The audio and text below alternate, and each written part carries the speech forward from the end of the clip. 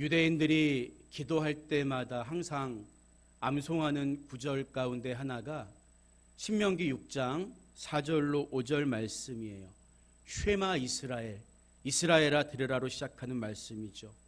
우리 하나님 여호와는 오직 유일한 여호와시니 너는 마음을 다하고 뜻을 다하고 힘을 다하여 내 하나님 여호와를 사랑하라.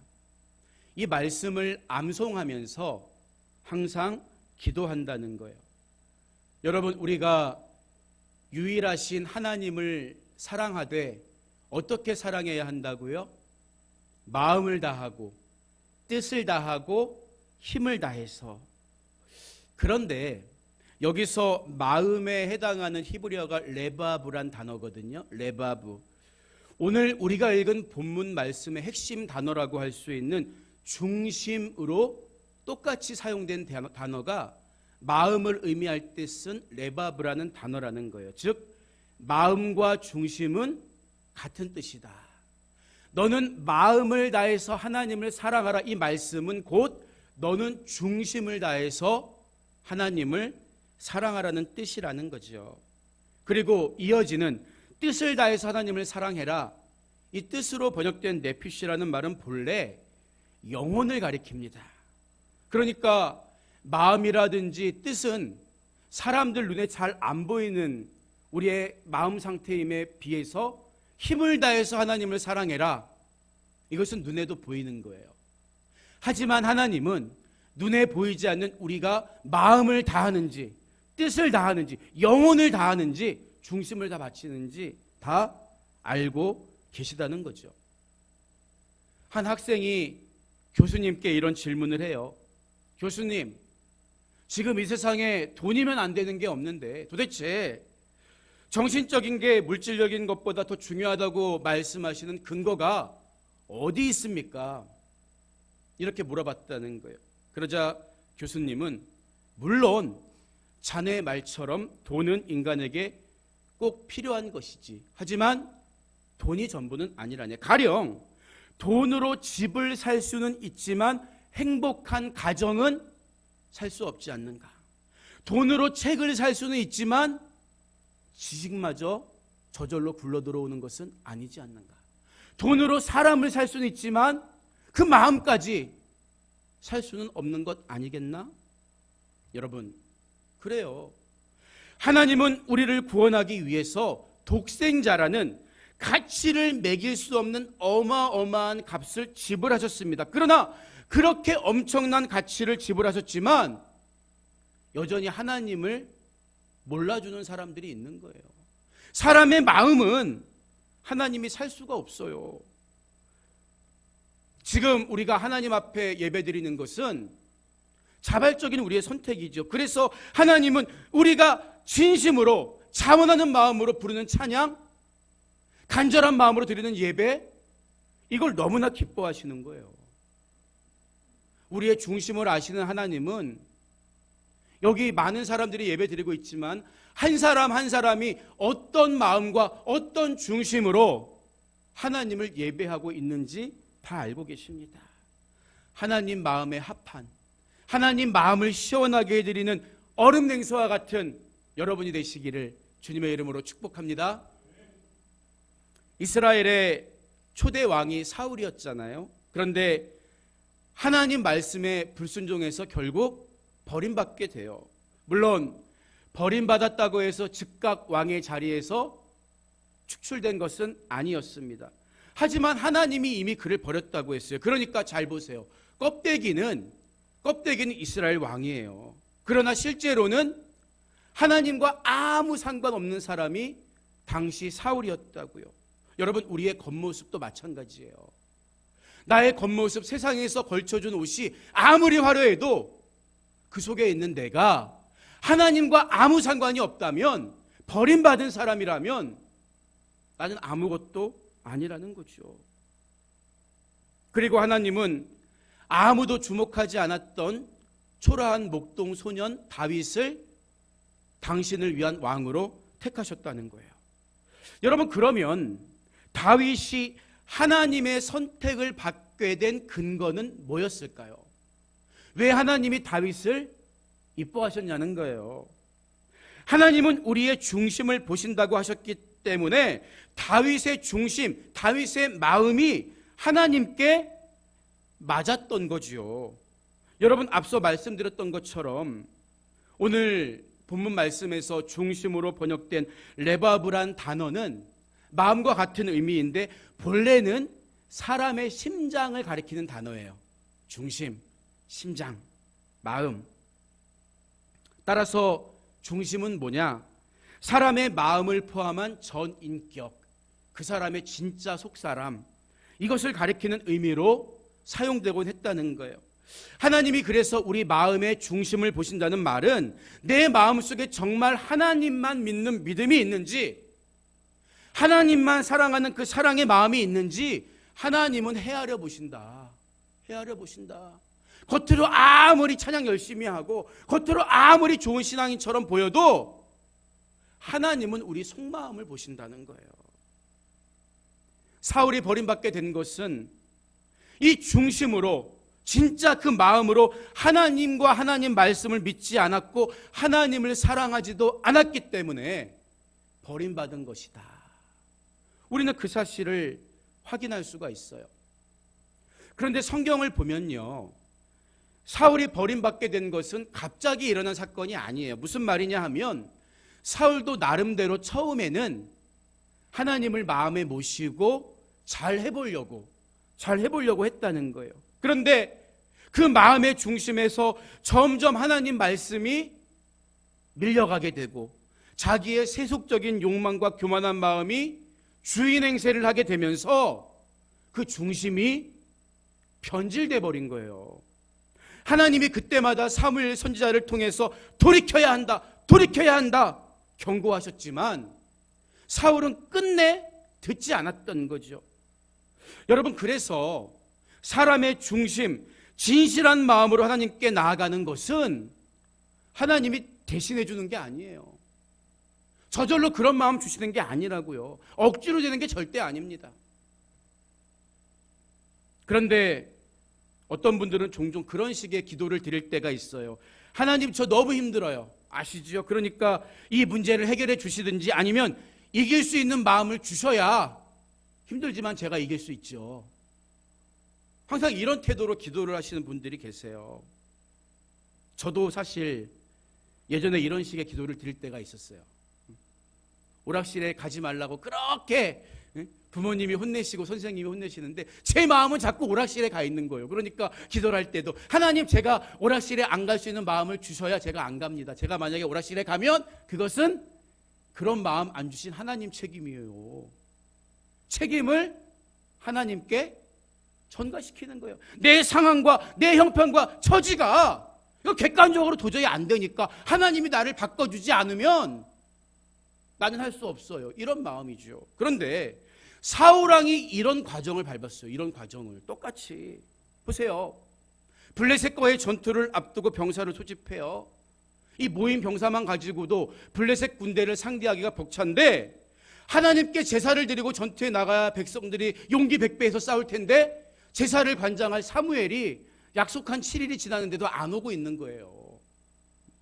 상황이 그렇습니다. 그러니까 사울이 보니까 병사들이 하나둘씩 도망가요. 가뜩이나 작은 수의 병사가 모였는데 그것마저 빠져나가고 있는 객관적 상황에서 어떻게 해요, 여러분 같으면? 사울이 자기가 그냥 덜컥 제사를 드려버린 거예요. 신기하게도 그때 기다렸다는 듯이 사무엘이 나타나잖아요. 여러분, 인간적인 생각으로 보면 아니, 사무엘이 약속을 어겼지 않습니까? 따질 수 있어요. 그런데 보세요, 잘 보세요. 이 사울의 마음에 뭐가 있어요? 사람과의 관계 때문에 하나님의 말씀은 헌신짝처럼 버려도 된다는 하나님을 경홀히 여기는 그런 마음이 있었다고요. 아니, 사람이 내게 상처 준다고 하나님을 맡겨도 되는 거요? 가만히 보면 어떤 분들이 저 사람 때문에 상처받아서 나 일 안 하겠다고 하는 분들이 얼마나 많은지 몰라요. 이런 분들이 다 사울의 마음이라는 거예요. 사울도 사무엘과의 관계에서 틀어진 약속 때문에 하나님이 제사장만 제사를 드려야 한다고 주신 규례를 마음대로 어겨버린 거예요. 왜? 하나님 말씀보다 나는 객관적인 상황과 사람과의 관계 속에서 내릴 수 있는 합리적인 판단이 더 중요합니다. 이런 생각이 있었기 때문에. 여러분, 그러나 내 상황이나 형편보다 하나님 말씀이 항상 먼저가 돼야 되는 거예요. 이게 내 마음, 내 중심, 내 마음으로 하나님을 사랑하는 사람의 태도라는 거죠. 이후에도 사울은 하나님 앞에서 헛된 거짓 맹세를 하는가 하면 하나님이 진멸하라고 명령하신 아말렉 족속의 왕을 살려줍니다.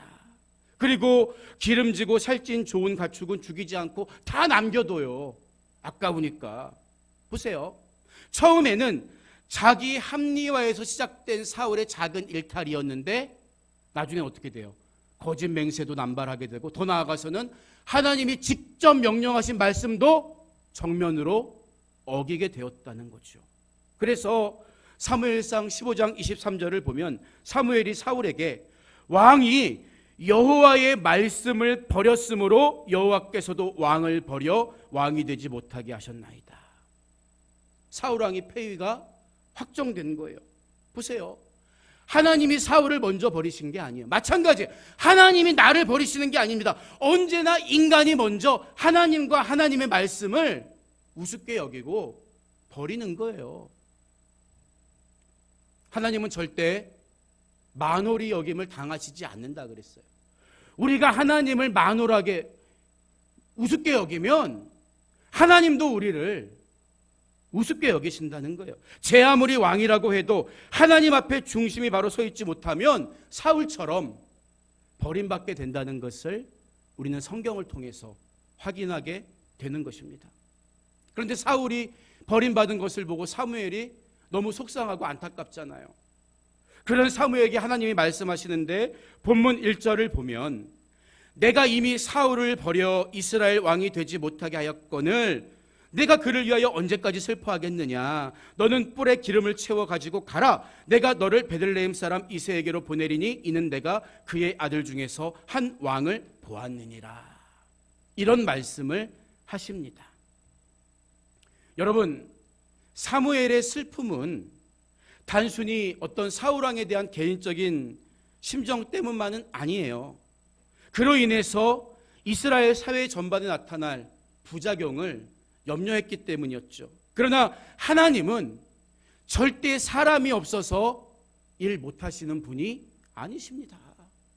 사울이 하나님 마음에 합하지 않으면 하나님 마음에 합한 다윗을 세우시는 거예요. 그래서 이새의 아들을 통해 새로운 왕조를 열 계획을 갖고 계신 거죠.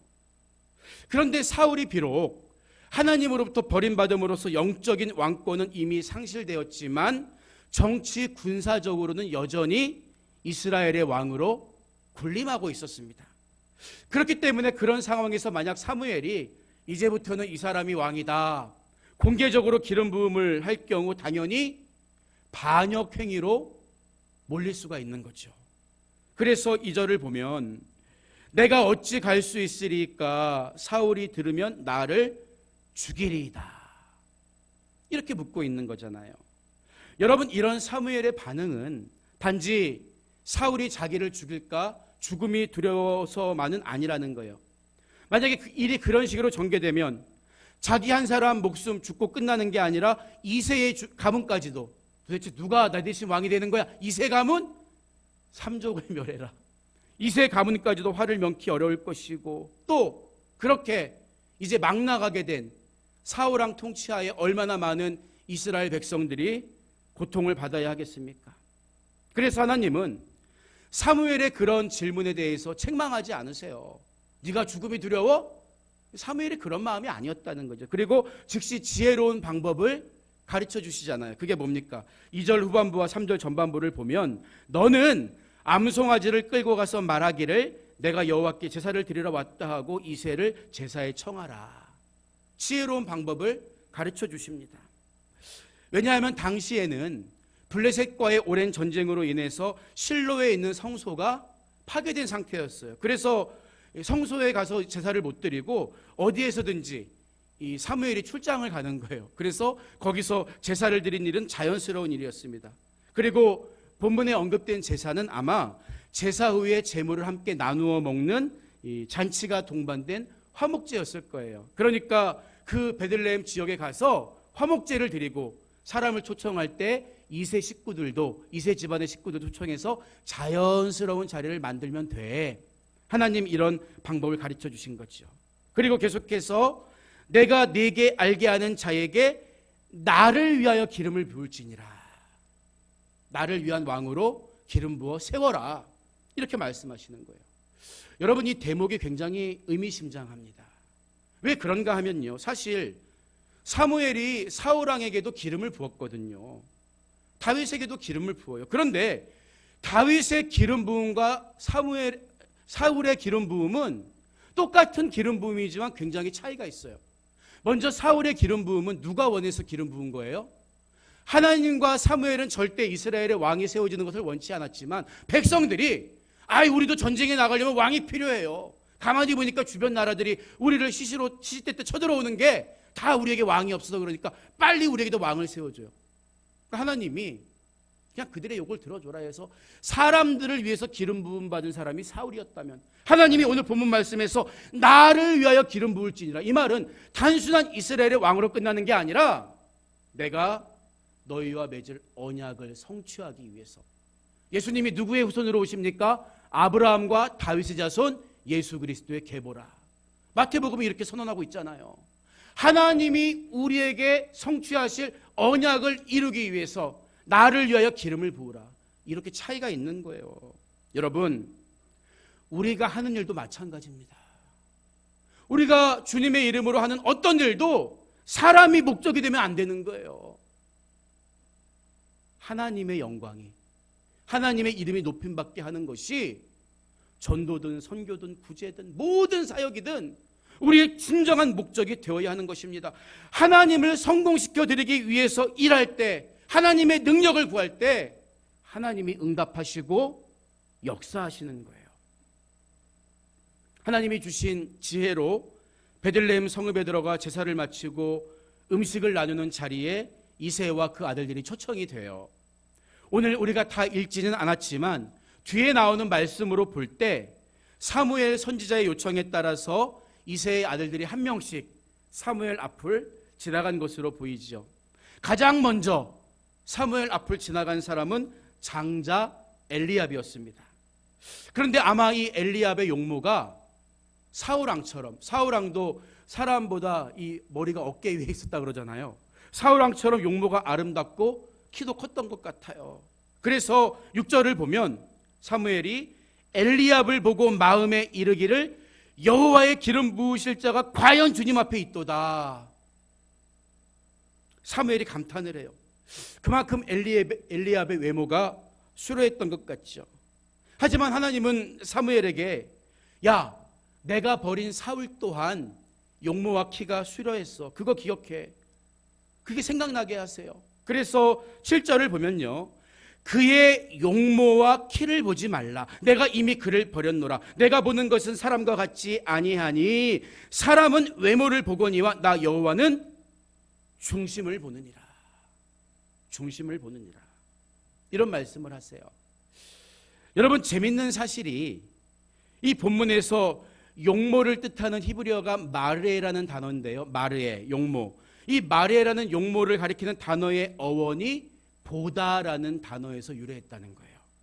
보다라는 뜻에서 용모라는 단어가 생겨났다는 거죠. 그렇기 때문에 여러분, 사람의 용모는 내가 굳이 보려고 애쓰지 않아도 내 눈에 들어온다는 거예요. 우리 마음을 휘젓고 다니면서 야, 저거 아름답네, 저거 괜찮네, 저거 좋고 갖고 싶네, 이런 마음 갖게 된다는 거죠. 그러니까 하나님이 용모와 키를 보지 말라는 말씀은 너 눈에 들어오는 것 가지고 판단과 선택의 기준을 삼으면 안 된다. 안 된다. 이 말씀이에요. 그러니까 우리가 하나님을 닮아가지 않는다거나 하나님의 마음을 내 마음에 품지 않고 아무 생각 없이 살아간다면 당연히 저절로 눈에 보이는 것만 가지고 판단하게 됩니다. 그게 세상이 말하는 자연 철학의 모든 근반 아니에요? 눈에 보이는 것 가지고만 생각하고 판단하는 거예요. 제인 오스틴의 명작 오만과 편견이라는 소설을 보면 이런 구절이 나와요. 편견은 내가 다른 사람을 사랑하지 못하게 만들고 오만은 다른 사람이 나를 사랑할 수 없게 만든다. 기가 막힌 구절 아닙니까?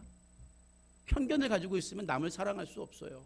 내가 오만하면 다른 사람이 나를 사랑해 주지 않는다고요. 따라서 하나님은 외모를 보지 않고 중심을 보신다는 말씀은 어떤 의미가 있습니까? 우리가 하나님을 닮아가야 할 하나님의 자녀요, 하나님의 백성이라면 마땅히 하나님의 시선과 똑같은 기준으로 세상과 사람들을 바라보고 판단해야 한다는 거예요. 아무리 화려한 것만 눈에 들어오고 그것을 소유하려고 몸부림치는 게 세상 사람들이 원하는 거일지라도 육신의 정욕과 안목의 정욕과 이생의 자랑을 성령의 불로 소멸시키고 이겨내야 한다는 거예요. 하나님은 그래서 단순히 너희는 인간이니까 끝까지 외모만 봐, 나는 중심 볼게, 이게 아니라 내가 중심을 보는 것처럼 너희도 중심으로 판단해야 하지 않겠느냐, 이 말씀이라는 거예요.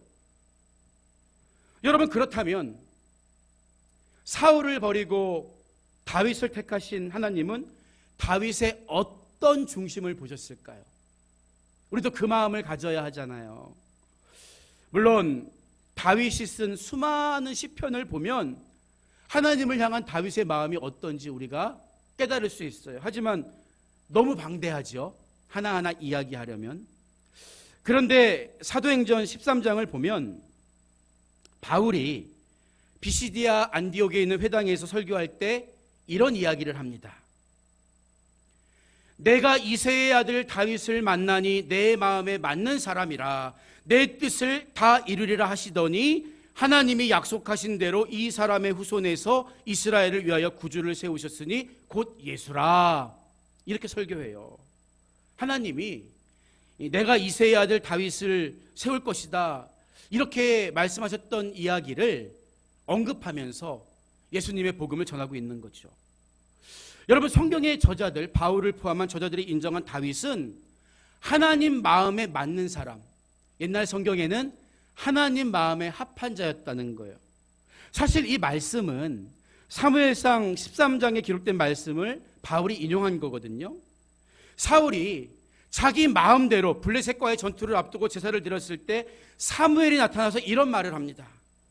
여호와께서 왕에게 명령하신 바를 왕이 지키지 아니하였으므로 여호와께서 그의 마음에 맞는 사람을 구하여 여호와께서 그를 그의 백성의 지도자로 삼으셨느니라, 이렇게 선언했다고요. 그런데 여기서 마음에 맞는 사람, 마음에 맞는 사람이란 말의 원문의 의미가 마음을 뒤따르는 사람이란 뜻이라는 거예요. 따라서 하나님 마음에 합한 자, 하나님 마음에 맞는 사람을 풀어서 이야기하면 어떤 사람입니까? 하나님의 마음을 알고 그 마음을 겸손하게 뒤따라가는 사람. 하나님 마음 모르면 당연히 안 되는 거예요. 그리고 하나님의 뜻보다 사울처럼 앞서가도 안 되는 거예요. 하나님 마음을 알고 그 마음을 뒤에서 따라가는 사람, 이 사람이 성경이 말하는 하나님 마음에 맞는 사람, 하나님 마음에 합한 사람, 하나님이 중심을 보실 때 기뻐하시는 사람이라는 거예요. 사람들은 흔히 중심을 보시는 하나님 앞에서 완벽한 마음을 먼저 떠올려요. 야, 내가 마음도 그냥 죄도 하나도 없이 그냥 깨끗하고 완벽한 마음. 여러분, 그런데 그런 완벽한 사람이 없지요. 만약에 내 마음과 모든 생각까지 하나도 흠이 없이 완벽하다면 어쩌면 예수님이 이 땅에 오셔서 십자가를 지실 필요가 없었을지도 몰라요. 그러나 그렇지 않습니다. 그렇기 때문에 하나님은 우리에게 완벽함보다는 진실함을 원하시는 거예요. 진실한 마음이란 완벽한 마음이 아니라 솔직한 마음이에요. 하나님 은혜 없이는 단 한순간도 살 수 없는 죄인이라는 것을 인정하는 겸손한 마음이 진실한 마음입니다. 여러분, 도덕적으로만 보면, 윤리적으로만 보면 다윗은 어쩌면 사울보다 더 악한 죄인인지 몰라요. 그는 밧세바와 불륜의 관계를 맺었고 그 사실을 은폐하기 위해 밧세바의 남편 우리아까지 잔인하게 죽였기 때문입니다. 어떻게 그런 사람이 하나님 마음을 뒤따르는 사람이 될 수 있겠냐는 거예요. 그럼에도 불구하고 하나님이 다윗을 인정해 주신 것은 그가 완벽해서가 아니라 죄를 지적받았을 때 즉시 죄를 회개하고 뉘우쳤다는 거예요. 범사에 하나님께서 나의 왕이 되신다는 사실을 인정했습니다. 사울은 자기가 왕이요, 하나님 말씀을 들어도 자기가 하고 싶은 대로 했잖아요. 그러나 다윗은 왕의 자리에 있으면서도 나의 진정한 주인, 이 나라의 진정한 왕은 하나님이라는 사실을 인정했어요. 그래서 끊임없이 하나님의 뜻을 묻고 마음에 묵상하는 삶을 살았기 때문에 그의 마음이 하나님과 맞은 거지요. 여러분, 다윗처럼 진실한 마음을 드리는 것은 하나님이 대신해 주시는 게 아니기 때문에 하나님은 그런 마음을 가지고 나온 다윗을 예뻐해 주시고 그는 내 마음에 맞는 사람이다 인정해 주셨다는 거예요.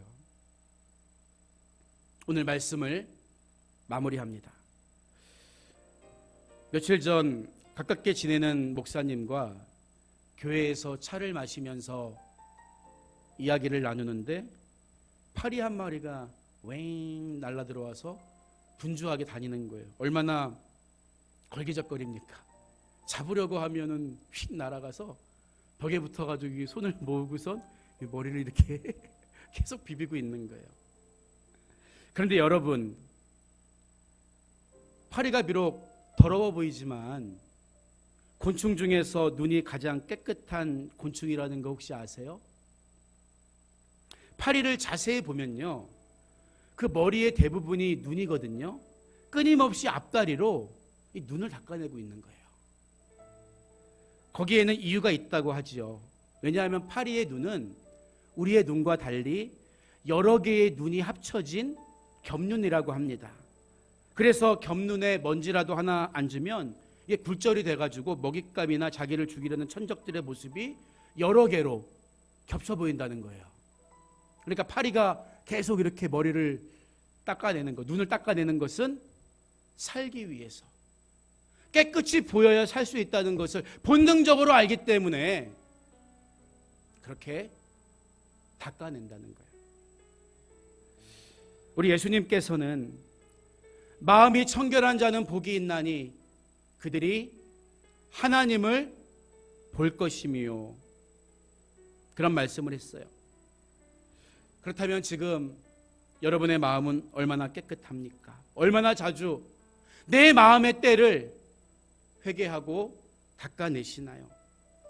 우리가 하나님을 볼 수 있는 믿음의 눈을 회복하기 위해서는 먼저 내 영혼의 죄성과 초라함을 보면서 울 수 있어야 하는 거예요. 눈물의 회개를 통해서 보이는 것들에 미혹되며 살아온 때를 깨끗하게 씻어내야 한다는 거죠. 오늘 주신 말씀처럼 진실한 마음으로, 중심으로 하나님을 따르고자 할 때, 그때 하나님은 우리 중심을 보시고 우리는 하나님을 보게 될 것입니다. 중심을 들여서 하나님 마음에 합했던 다윗처럼 저와 여러분도 항상 중심을 하나님께 드리고 하나님과 동행하며 살아가는 복된 인생이 되시기를 주님의 이름으로 간절히 축원드립니다.